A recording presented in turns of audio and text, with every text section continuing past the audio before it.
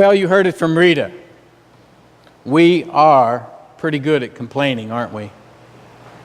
We do it because, well, it gets results sometimes. It lets us express our tensions and our frustrations. We complain because I think it's part of the human makeup. We take it as a favorite thing to do. No, not really a favorite thing to do, a habitual thing to do. We complain about our president. We always complain about our president, and sometimes we have more to complain about than others. I know several people actually, but I know a guy in particular that I'm thinking of who always has complaints about the president, and his response to that is every time that we have an election for a president, he votes for the one who's not president or the party that has not been president. And that's his way of dealing with that. And that's his complaining habit. We complain about, we complain about the trains and the train schedules, don't we? We complain about the people in authority over us. Whether it's the General Assembly of the Presbyterian Church USA or the Presbytery, it's favorite thing to do to complain about the Presbytery, forgetting that the Presbytery is made up of representatives from all the congregations in that area. So the presbytery is us, but we complain against us. We complain about anything that's different. Almost anything that's different. We complain if something doesn't come fast enough, if something comes too fast, we complain. We complain if it isn't the way we like it, we just complain. Sometimes our complaints are valid. And that's what reinforces our desire to complain. We find it easiest, or most frequently, we complain when things are different and unexpected. And that's what makes the year of Always Being Reformed a little challenging for me in some ways, because if we enact and live into this idea of always being reformed and invite all of us into doing some things a little differently, I suspect there are going to be times when you are at least muttering under your breath, saying, why are we doing that?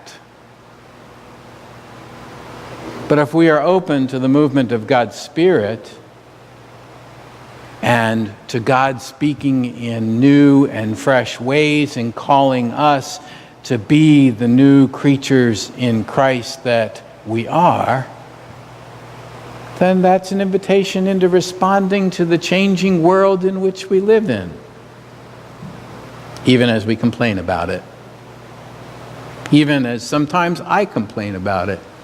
It's just the way we are. Change is hard, isn't it? Any kind of change, any kind of reformation, even when we believe it's for the better. I remember when we first came to Maplewood all those years ago, and that first night we got here late and we needed milk. I didn't have a clue where to find milk. And I wandered around, and I've been in other places, and it used to be much harder than today. You just take out your iPhone, you punch in Google Maps, and you say milk. And it takes me there. But not true always.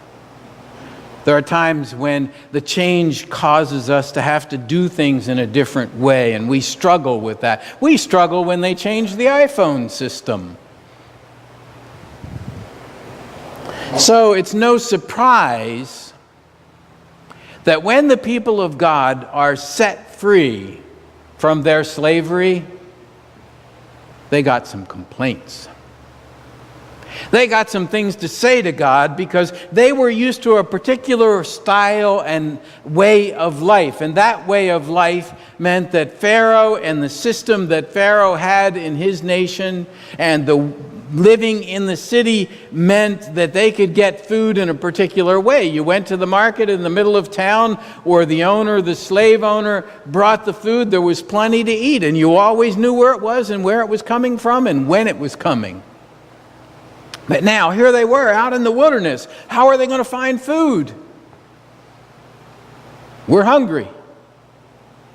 It's a valid complaint, don't you think? How do we find food? We are living in a new place, in a new lifestyle, in a new way. Things are different. How are we going to find food? And they complain and complain to Moses and Aaron, and God hears it, and Moses and Aaron do what good leaders do. They say, your complaint's not with us, it's with God. Blame God, please. But God responds. God provides as God provides, and there is a way of life in the wilderness that provides for all they need. There is a pattern and a routine, and this thing called manna still exists to this day. I won't go into the details because some of the faces in my class about what that really is weren't the finest faces. It was like, ew. But it's something that's produced naturally in the wilderness that is there, this stuff that we call manna. And it is a carb with lots of sugar. And it does provide for all that people need. But it's not the same way it used to be. You don't go to the market and buy the food. You gather it up, and there's enough there for each day. And the quails come, and it was a natural way of providing, and God provided.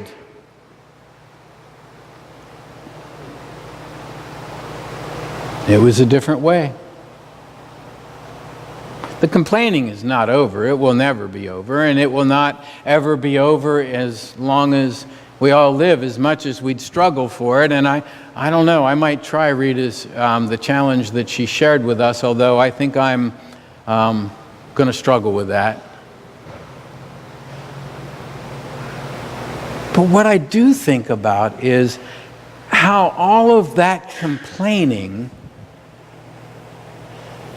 causes us to, well, in the case of the people of Israel, disrespect the provider.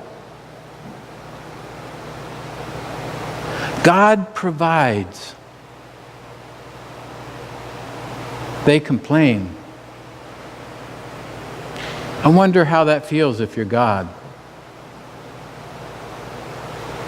I wonder how it feels for us when we fail to live lives that recognize the generosity of God, when we fail to live lives that recognize the goodness of God, when we fail to recognize that God is our provider, that all we have in our lives and all that the world has is a provision of God and of God's glory and of God's creation, and that when we share out of the abundance of our own lives, we can help to meet the needs of others who have really big, valid, serious concerns. That we have the opportunity to do that. I wonder how it changes for us when we recognize that all things come from God. I knew a church in Pittsburgh who used to sing that as the offering came forward every Sunday. All things come of thee, O Lord, and of thine own have we given thee.